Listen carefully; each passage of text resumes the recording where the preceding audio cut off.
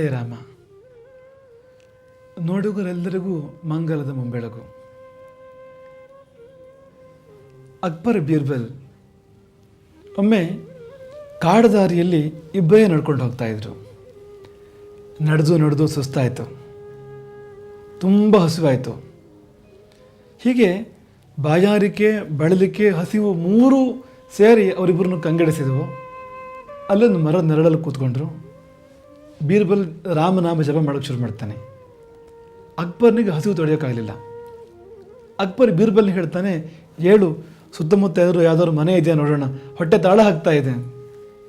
ಬೀರ್ಬಲ್ ಜಪ ಮುಂದುವರಿಸಿದ, ಎದ್ದು ಬರಲಿಲ್ಲ.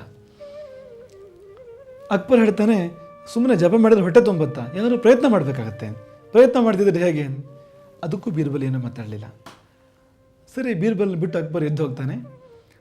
ಸುತ್ತಮುತ್ತ ಹುಡುಕುವಾಗ ಒಂದು ಮನೆ ಕಣ್ಣಿಗೆ ಬಿತ್ತು.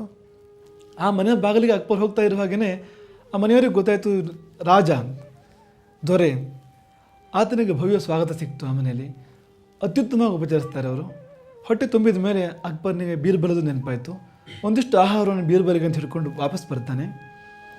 ಬಂದು ನೋಡಿದರೆ ಮತ್ತೆ ಜಪ ಮಾಡ್ತಾ ಕೂತಿದ್ದಾನೆ ಬೀರ್ಬಲ್ ಅಲ್ಲಿ. ಅಕ್ಬರ್ ಬೀರ್ಬಲ್ನ ಕಾದು ಹೇಳ್ತಾನೆ, ಆಗಲೇ ಹೇಳಿದೆ ನಿನಗೆ, ಮಂತ್ರಕ್ಕೆ ಮಾವಿನಕಾಯಿ ಹೋದ್ರಲ್ಲ, ಸುಮ್ಮನೆ ಜಪ ಮಾಡಿದ್ರೆ ಹೊಟ್ಟೆ ತುಂಬಲ್ಲ, ಏನಾದರೂ ಪ್ರಯತ್ನ ಮಾಡಬೇಕು ಅಂತ. ನೋಡು, ನಾನು ಪ್ರಯತ್ನ ಮಾಡಿದರೆ ನನ್ನ ಹೊಟ್ಟೆ ತುಂಬಿತು, ನೀನು ಇನ್ನು ಏನೂ ಸಿಕ್ಕಿಲ್ಲ, ನೀನು ಇನ್ನೂ ಕೂಡ ಹಸ್ಕೊಂಡು ಕೂತಿದ್ದೀವಿ ಹಾಗೆ. ಹೀಗೆ ಆತನಿಗೆ ಒಂದಷ್ಟು ಜಾಡಿಸಿ ಆಮೇಲೆ ಊಟ ಕೊಡ್ತಾನೆ ಬೀರ್ಬಲ್ನಿಗೆ ಅಕ್ಬರ್. ಬೀರ್ಬಲ್ ಏನೂ ಮಾತಾಡಲಿಲ್ಲ, ಸುಮ್ಮನೆ ಊಟ ಮಾಡಿದ. ಊಟ ಆದಮೇಲೆ ಬೀರ್ಬಲ್ ಅಕ್ಬರ್ನಿಗೆ ಹೇಳ್ತಾನೆ, ಇವತ್ತೇ ಗೊತ್ತಾಗಿದ್ದು ನನಗೆ ರಾಮನಾಮಕ್ಕೆ ಎಷ್ಟು ಶಕ್ತಿ ಇದೆ. ಏನು ಅಂತ ಕೇಳ್ತಾನೆ ಅಕ್ಬರ್. ಅಲ್ಲ, ರಾಜ್ಯದ ದೊರೆ ನೀವು, ಊಟಕ್ಕಾಗಿ ಬೇಡಬೇಕಾಯ್ತು ನೀವು ಇವತ್ತು.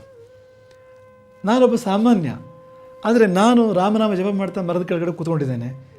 ನಾನು ಇರುವಲ್ಲಿಗೆ ಊಟ ಬಂತು, ಅದು ದೊರೆನೇ ತಂದು ಕೊಡೋದು, ರಾಜನೇ ತಂದು ಕೊಡೋದು, ಅದು ಬೇಡಿ ತಂದು ಕೊಡೋದು, ಭಿಕ್ಷೆ ಬೇಡಿ ತಂದು ಕೊಡೋದು ಅಂತಂದರೆ ಮಂತ್ರದ ಮಹತ್ವ ಎಷ್ಟಿರ್ಬೋದು, ರಾಮನಾಮದ ಮಹತ್ವ. ನಿಜ, ಮಂತ್ರಕ್ಕೆ ಮಾವಿನಕಾಯಿ ಓದಿರೋದಿಲ್ಲ ಅನ್ನೋದು ನಿಜ. ಯಾವ ಮಂತ್ರಕ್ಕೆ ಭಾವ ಇಲ್ಲ, ಯಾವ ಮಂತ್ರದಲ್ಲಿ ವಿಶ್ವಾಸ ಇಲ್ಲ, ಆ ಮಂತ್ರಕ್ಕೆ ಮಾವಿನಕಾಯಿ ಇಲ್ಲ, ಏನೂ ಕೂಡ ಓದಿರೋದಿಲ್ಲ. ಆದರೆ ವಿಶ್ವಾಸಕ್ಕೆ ನಕ್ಷತ್ರಗಳೇ ಓದಿರ್ಬೋದು, ಬಂಗಾರದ ಮಳೆ ಬೀಳ್ಬೋದು.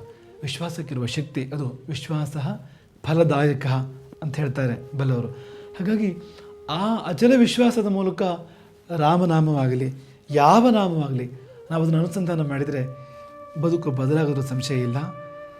ಸಾಮ್ರಾಜ್ಯ ಸಮೃದ್ಧಿಗಳು ಹುಡುಕೊಂಡು ನಮ್ಮ ಮನೆ ಬಾಗಿಲಿ ಬರೋದರಲ್ಲಿ ಯಾವ ಸಂದೇಹವೂ ಇಲ್ಲ. ವಿಶ್ವಾಸವಿರಲಿ. ಹರೇ ರಾಮ.